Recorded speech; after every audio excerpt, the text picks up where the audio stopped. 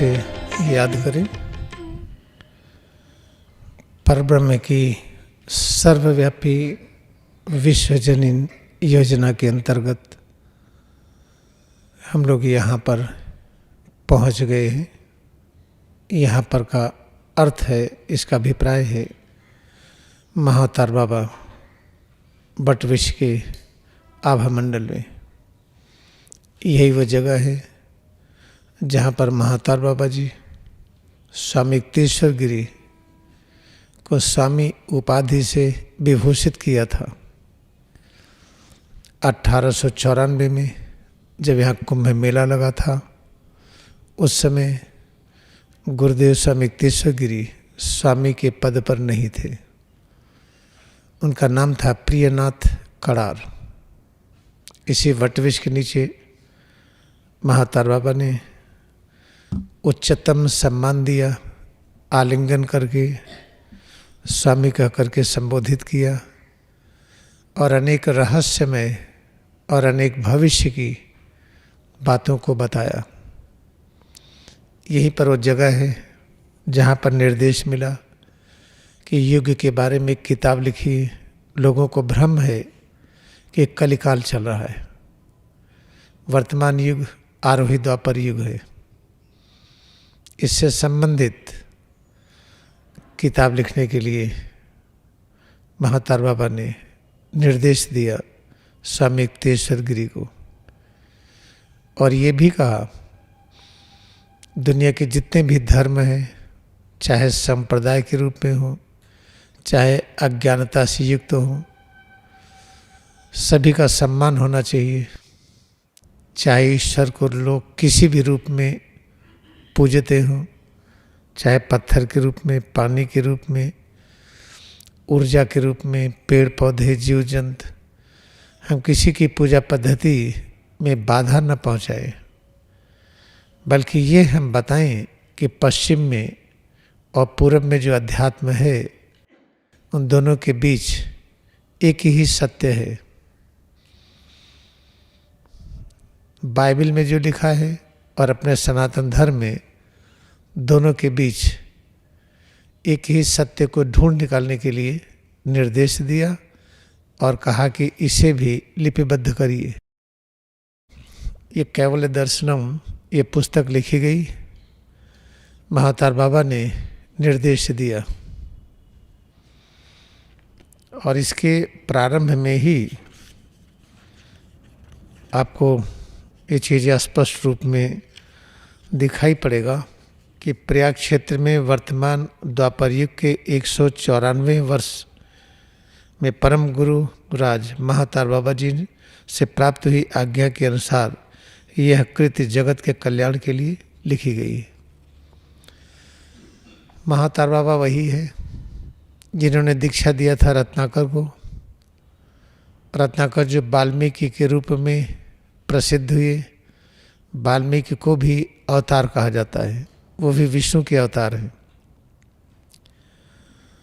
वही जिनको बहुत ही गलत तरीके से देखा जाता था कि ये डकैत हैं, क्रिमिनल हैं और राजनी करते हैं, वही रत्नाकर वाल्मीकि हो गए।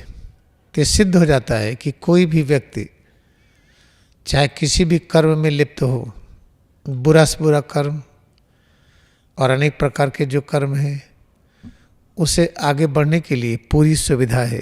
अगर वो क्रिया युग ध्यान करता है तो कोई भी डकैत, कोई भी चोर, कोई भी मर्डरर वाल्मीकि के रूप में प्रकट हो सकता है। ये सिद्ध है, यही है भारतीय संस्कृति। क्या करने से रत्नाकर वाल्मीकि हुए?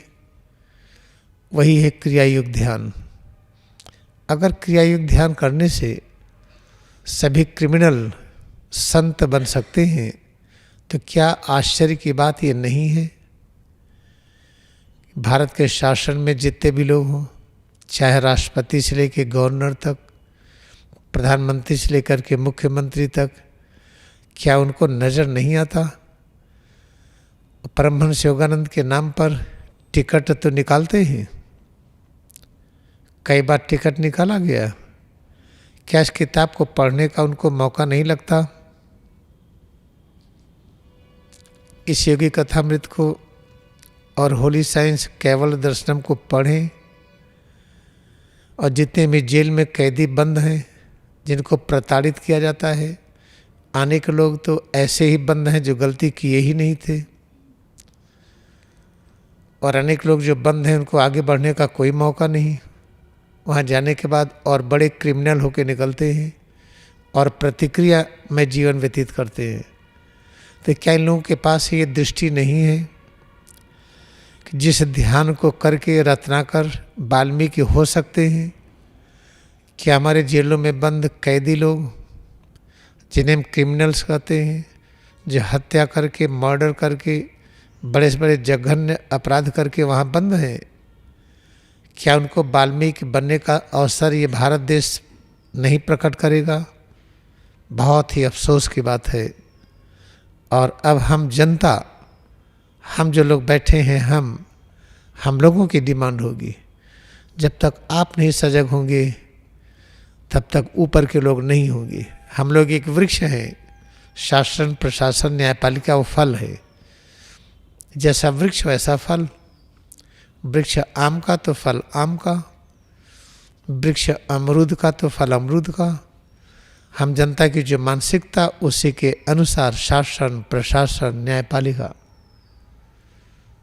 तब आवश्यकता है कि क्रियायोग का दीप हर घर में जले, हमारे जनता के दिमाग में आए कि परिवार में जितने लोग ठीक नहीं हैं, अगर क्रियायोग ध्यान करेंगे तो महान हो जाएंगे। वो जितनी प्रकार की गलतियां करते फिर वो नहीं करेंगे। हम गलती करने वालों को मारें, पीटें, दंड दें, जेल में भेजें, इससे तो बहुत अच्छा है कि क्रियायोग ध्यान करें। जिन बच्चों को कहा जाता है कि इनकी बुद्धि ठीक नहीं है, ये मूर्ख हैं ये, और रत्नाकर क्या थे? क्या बुद्धि ठीक थी? किसने देखा कि भविष्य में राम आ रहे हैं? राम अवतार के पहले ही रामायण लिखी गई। एक जो महामूर्ख, अज्ञानी, डकैत, क्रिमिनल रत्नाकर वाल्मीकि के रूप में, भविष्य दृष्टा के रूप में प्रकट हो सकते हैं।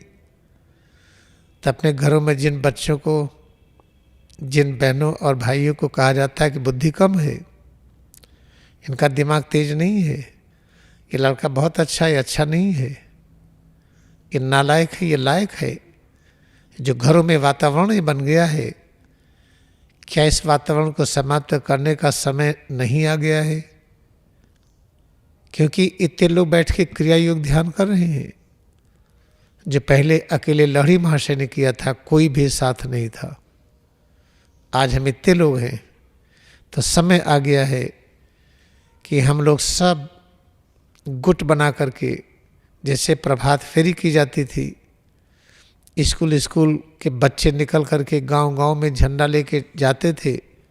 प्रभात फेरी का अर्थ क्या था? सभी बच्चे स्कूल जाएं। ऐसे हम सब की जिम्मेदारी है कि हम कुछ समय निकल करके गांव में चलें, गांव में चल करके उनके बीच में अभ्यास करें। ये वार्तालाप उनके बीच में हो, जहाँ हम सुन रहे हैं उनके बीच में हो।